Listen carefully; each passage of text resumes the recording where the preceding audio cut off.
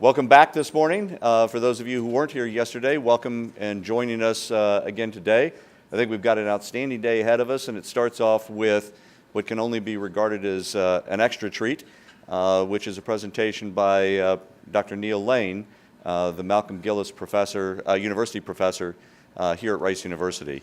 I had the privilege of getting to know Dr. Lane quite a few years ago. Within probably the first month when I was hired here as an assistant professor, I got a call from a wonderful person in the physics department offering to just sit down with me, offer me a cup of coffee, talk a little bit about what it was like to become a professor, and offer his assistance to me.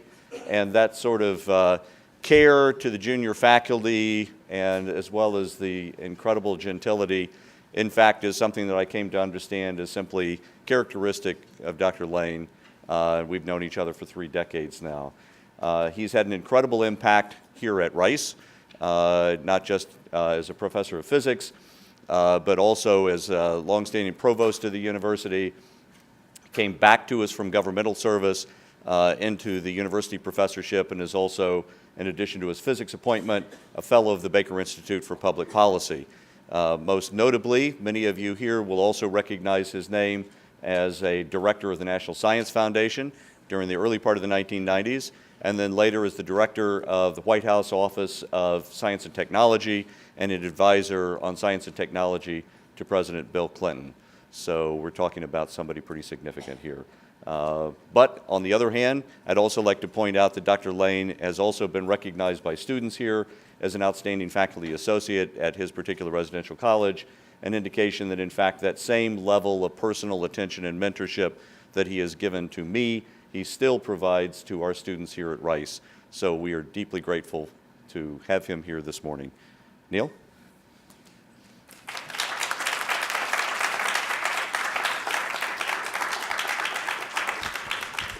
Thank you very much, John. Good morning, everyone. You guys do start early.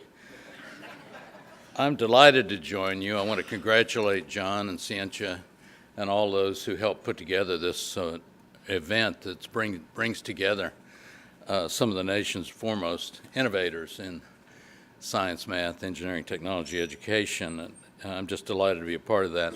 I'm sorry I was unable to be here yesterday. I was out of town. I didn't get a chance to hear Wendy and Bob. I did have the experience to be in Dr. Beichner's teaching, learning physics facility when I was visiting his campus some time ago. It's really quite extraordinary. And of course, from several of my colleagues, I've known about Dr. Neustetter's work for quite some time. Today, you're going to hear a lot about innovation in science and engineering education. The program is indeed very exciting. But I have to confess that as I ponder what you're doing, there are moments of nostalgia, and I reflect back on my undergraduate experience with professors mumbling in the classroom and writing unreadable scrawl across the blackboard, which fortunately they proceeded to erase with their left hand or sleeve or shoulder as they continued to write equation after equation and smoke cigarette after cigarette. That's really what got me into physics. There had to be more to it than I was seeing. So I was asked to comment a little bit about the federal government, about its role in science and engineering education, and maybe give a little history along the way. So I'll say a little bit more about NSF than the other agencies because I used to live there. Also, NSF makes the largest of the federal investments in STEM education. The total federal STEM budget is about $3.7 billion, and NSF invests about $1.1 billion of that. But I'll also talk about a little bit about the other agencies in the White House and speculate on what might lie immediately ahead. First, let me pose the question, how's the U.S. faring in this time of global change? And I mean social and economic change as well as climate change. Well, I'm sure some of you, maybe all of you, have read this National Academy report, Rising Above the Gathering Storm, and its successor, which came out this year, was subtitled Rapidly Approaching Category 5. That report is based on a study that was requested by a bipartisan team of Senator Lamar Alexander from Tennessee and Democrat Jeff Bingaman from New Mexico. And the report reflects many of the concerns that I think were described quite well by Tom Friedman in his 2005 bestseller, The World is Flat. So let me just quote 3 factoids out of several dozen. China has replaced the U.S. as the world's #1 high-tech exporter. The World Economic Forum ranks the United States as 48th in the quality of math and science education. The U.S. ranks 27th among developed nations in the proportion of college students receiving science and engineering degrees. And there are many, many more factoids in that report and references to where the data comes from, and they're all scarier than the one, and to me, than the ones I just described. The report makes clear that the U.S. can expect to continue a downward slide unless we figure out how to educate our people, especially in science, math, engineering, technology.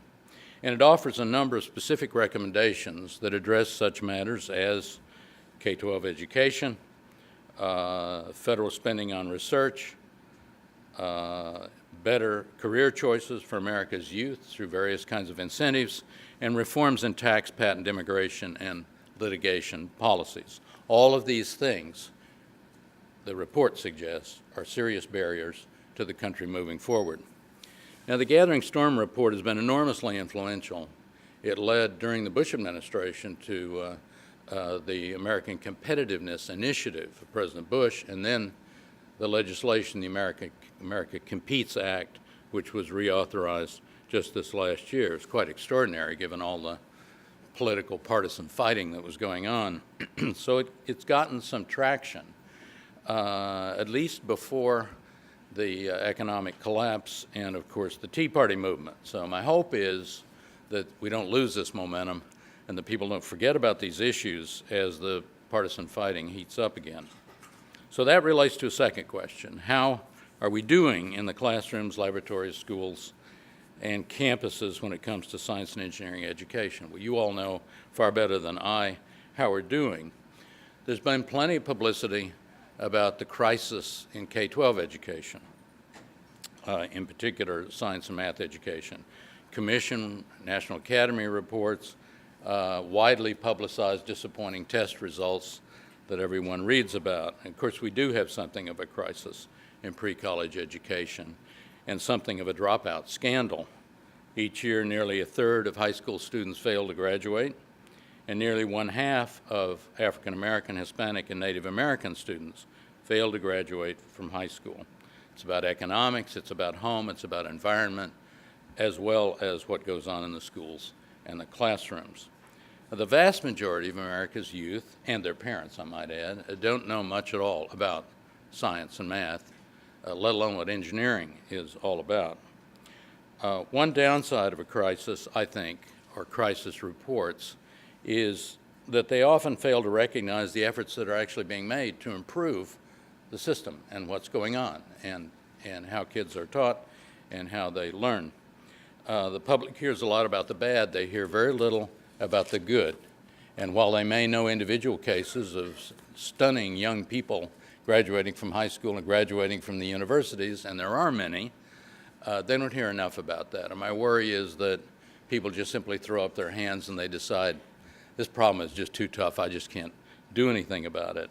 So I think we need some more balance in what needs to be a continuing dialogue between the community and the larger public. The challenge is great, but the opportunity is also there because even with the high school dropout rate, post-secondary enrollments are growing. We're seeing more kids coming in the front door. We have a chance to reach large numbers of young people and provide them with the best possible learning opportunities, and that's what you all are doing. So that brings me to another question which has to do with the role of the federal government, federal agencies like the National Science Foundation. And given the shifting political winds, we're going to hear more questions like, is science and engineering education any of the federal government's business? Well, I mean, in a word, I think the answer is yes. And in a recent report of the National Science Board called Preparing the Next Generation of STEM Innovators, I think they have you all in mind, released this past May. The board, I think, anticipating the questions that were going to come, went back 65 years to Vannevar Bush and reminded us what he said that actually caught on, namely that the federal government should accept new responsibilities, he meant new at that time, for promoting the creation of new scientific knowledge and the development of scientific talent of our youth. Now, Bush argued that most research funding really ought to go through the universities so that you engage the talents of the faculties and the students. He saw that work during the Second World War, and he said that's what we need to continue after the war. Well, we point to this as the beginning of the compact between government and academia, which has endured, in fact, in a successful, I think quite successfully, for 65 years. There are stresses, there are changes. It's not the same world, it's not the same country, but the compact is still in place. And in many ways is the reason the U.S. system of higher education is still, I think, viewed around the world as the model that many are trying to replicate. Today, the federal government spends about $60 billion on research, basic and applied, and American universities receive about half of that. Cutting that investment, many of us would argue, puts the country at substantial risk. So that brings me to another question. What is the federal government trying to accomplish with the money it's spending, particularly on science and engineering education? Well, one part of the federal government's been trying to do something is the National Science Foundation, which was established in 1950, in part as a result of Vannevar Bush's report. And the mission of the National Science Foundation, as you know, is very broad: promote progress in science. And then it says other things about the national security and the welfare and so forth, and all of that is true, but primarily what it was set up to do was promote progress in science. Over the decades, NSF has broadened its mission, as you know, to take on additional responsibilities, including, importantly, engineering, the social sciences, and educational efforts actually broadened to K-12. One of the first things the NSF did when it first got started was set up a workshop for teachers to come together, talk about undergraduate education, actually. So NSF's been in the business for a very long time. With the advice of the community, NSF changes the way it does business every so often. So the kinds of research it funds, the ways it goes about trying to build capacity and to address underrepresentation in science and engineering, that can frustrate many folks because NSF just hardly stays with any particular organization or person for a long time, although there are many exceptions. There are people who have been funded time after time, but they have to fight every time with the proposals and Fastlane system, you know, my fault. It's not named after me, but but the staff did ask me if I objected to calling it Fastlane, and when they said the lane was not Neal Lane, I said, well, that was okay. I put a lot of money into it. I figured at that time there was no electronic processing in government, essentially, in 1993, 94, and I thought we really needed to have it, and NSF really ought to lead the way on it. So I got a lot of cards and letters and cranky phone calls from colleagues, some at Rice, when the system first went into place. It created a lot of pain for everybody, but I hope it works better now. Sorry, those were not in my prepared remarks. Anyway, my sense is, and you'll know whether I'm right, that the support by NSF and other agencies has actually had an impact, and that we know a lot now about how kids learn through your research and that of your colleagues, how school systems function well or don't function well, and what works and what doesn't work. I think that if you ask NSF, and I talk to them from time to time, how much progress has been made, they'll say things like, well, we have excellent examples of timely curriculum. We have examples of engaged pedagogy and broadening participation.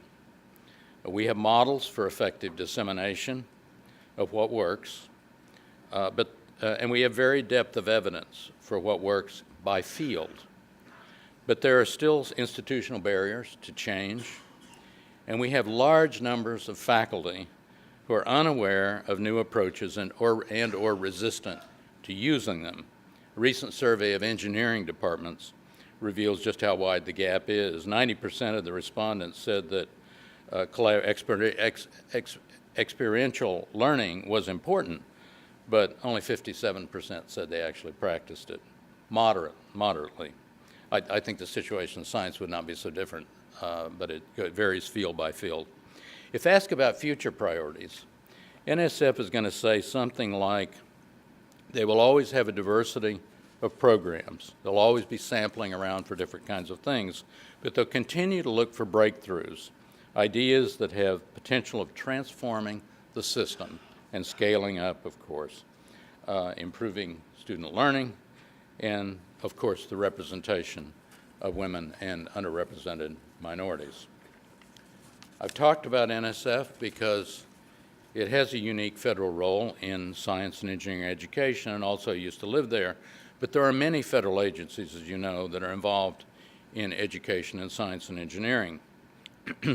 They're given very little credit for it. And sometimes they have to hide it from the Congress because it's not central somehow to their mission. This is a policy problem. It's been around for a very long time. It's very difficult for federal agencies to work together on much anything, including large-scale research facilities and activities. There's been a lot of publicity about that in the last year, but true of education as well. One systemic problem of the way we do business in Washington is that it's been very difficult to coordinate, even find out what's going on, let alone coordinate across different agencies in important areas like education. And there's this inside the Beltway view that if it has to do with education, then it's the Department of Education. If it's got to do with space, it's NASA.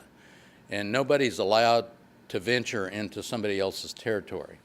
It's not really so much the fault of the agencies as it is the structure of government, the appropriation process, and so forth. Very frustrating to me at NSF.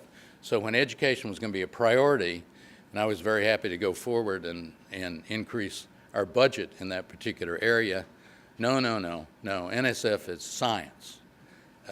Department of Education is education. And that's the budget that went up, and we got no benefit from that, making a difference whether you're Democrats are in charge or Republicans are in charge. This government works that way. Now, the White House Office of Science Technology, OSTP, where I also used to live, does try to look across the whole of the federal government. And within OSTP, there is a Directorate of Science. It's currently run by Carl Wyman, a Nobel laureate, who has championed the cause of science education for many years. Clearly, he cares about education. His boss, John Holdren, cares about education, science advisor to President Obama, and President Obama cares about science and engineering education, and he talks a lot about it as recently as a few days ago. Also, the Obama administration is making an effort to track and coordinate these activities across all the federal agencies. You can go to the OSTP website and you can find, actually for the first time in a long time, what each federal agency is spending on STEM education. And you get a total. I quoted a number earlier, I hope it's right, of $3.7 billion. It's probably a 2010 number, but it'll give you a number for each one of the agencies. You got to know that OMB doesn't like that kind of thing. It's very hard to go out and get numbers like that, pulling them out of all kinds of different budget categories. So there's bureaucratic resistance to doing anything along these lines.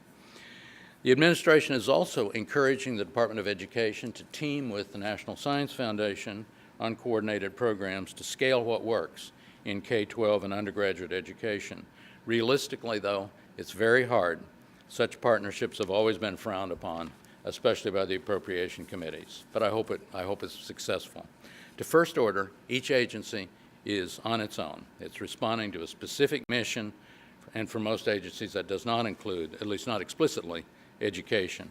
And all these agencies have two masters. The president, he thinks he's the boss, but then two appropriation committees, subcommittees, one in the House, one in the Senate. They think they're the boss, and whoever's running the agency has got to pay attention to all of them. Now, as you know, I think the Appropriations Subcommittee that handles NSF also deals with Departments of Commerce and Justice, as well as NASA, but not the Department of Education. So the Appropriation Committee that deals with the Department of Education's budget has to worry about such things as Health and Human Services, where NIH lives, and the Department of Labor, but not the National Science Foundation. And I'm not aware of many, if any, discussions between these subcommittees about overlap of activities, opportunities for cooperation between the agencies, or anything else that might be constructive in that way. Finally, the question, how will the politics play out? Well, your guess is as good, maybe better than mine.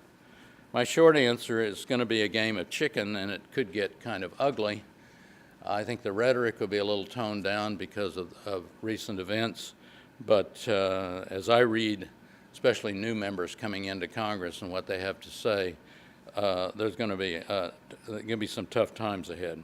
We're fortunate. We have a president who believes in science and engineering education, that they are important and should be a priority even when budgets are tight, and he's made that very clear. But we have a new Congress, including 242 Republicans, that's over 55% of the Congress, and 193 Democrats, that's 44%, and the leadership has placed budget cutting above pretty much everything else that they're going to be doing. Senate is narrowly controlled by Democrats, as you know, 51 Democrats, 2 independents, and 47 Republicans, but there is the filibuster. And there are senators who've made it very clear that their top priority is to make the president fail, presumably at any cost. On Monday, President Obama will send his 2012 budget request to Congress. I don't know what's in it, but based on his previous budget requests and what he said in the State of the Union address and in other comments more recently, it's likely to favor research and STEM education broadly, while cutting back on many other programs, and many of those programs he's cutting are things that happen to be politically popular and that one or another senator or congressman or congresswoman are going to care about. As you know, when the budget request goes to the Hill, the House and Senate appropriation committees have to disassemble the budget into 12 bundles of agencies and send each bundle to an appropriations subcommittee, and that subcommittee then got to wrestle with its bundle. I commented on what was in NSF's budget committee bundle, at least some of the agencies, and the same for Department of Energy. And then they've got to get some bills drafted and passed by the House and the Senate by October 1 of 2011, or nobody's got a budget. And needless to say, a lot of work to do, much Sturm und Drang before it's all over. And in recent years, it's just proved to be too hard. They just have not been able to get a budget out. And so that's the case in the year we're living in right now. Our agencies did not get the increases the president asked for. Most of them didn't get any increases at all. The government is operating on a continuing resolution, which will run through March 4th. There's discussion about just continuing it through the rest of the year. Well, that's kind of punting, if you like. That's not making any priority decisions on the side of Congress. That's just saying this is too hard, we don't know how to do it, just spend what you did last year, do what you did last year. And there are even members of Congress who've said we should actually go into the current year's budget and start cutting out as much as $100 billion, which is not going to happen. Of course, it would mean 40% cuts and 30% cuts in some of the programs. But that's kind of the frame of mind folks are in. So is there any reason to believe Congress is going to be able to do better this time around than they did in the past? Or is the system just simply broken, as many people say? Well, it would be folly for me to try to speculate on exactly what's going to happen, but there's some obvious issues, I think. One is that the House is not likely to agree with much in President Obama's budget request, even if they've favored some similar programs in the past. If the House can approve 12 spending bills, they're likely to be very different from what the president has asked for. But the Senate, still controlled by Democrats, not likely to agree with what's in the House version of the budget. If by some miracle the House and Senate agree on 12 funding bills, the president may not like them, might decide to veto them. If they put certain things in there, like earmarks, the president has said he's going to veto any bill that comes over with an earmark. If there's no approved budget, then the only way the government can continue, as I said, is by passing a continuing resolution. But you may recall, I was at NSF in the winter of 1995-96 when the Congress and the White House just simply couldn't agree even on a continuing resolution. And the government much of the government shut down, including the NSF. Most people couldn't come to work. I was answering the phone. Hello, National Science Foundation, please hold. It was not a good time. I promised I was not evaluating grants and doing that. It'd scare you to death. That could happen again. It backfired the previous time because it was a strategy Newt Gingrich was using against the president. He figured he could win that. Turns out he didn't, and the public primarily blamed the Congress for the government shutdown. So those people who might be thinking about a government shutdown and talking frivolously about it are not going to forget what happened the previous times. I don't expect that to happen, but it's possible. It could be pretty dicey this year. We do have some outstanding people serving in Washington, in the White House, in the agencies, many of them you know well, and in Congress, in both political parties. But we have a lot of work to do, and we want to keep bad things from happening and hopefully see a few good things happening. What can we do about the situation? Well, you're doing a lot already, so keep that up. That was terrific. Lobby your colleagues to follow your lead, and in your spare time, get the message out to family, friends, neighbors, community leaders, politicians, anyone who might listen. Tell them what you're doing, why it's important, why you're passionate about it, why they should care for the sake of their kids and their grandkids and the future of the country that they're going to live in. Remember, most people don't know what the National Science Foundation is or how the federal government supports your efforts. Tell them about that as well. They need to hear that, and they need to tell other people those good stories. Finally, I want to say thank you, not only for joining us at Rice for this important conference, but what you've been doing to improve education and learning. Some days might be frustrating, but be hard to identify anything that's much more important, and I suspect you would say much more fulfilling as well. So thank you very much for having me.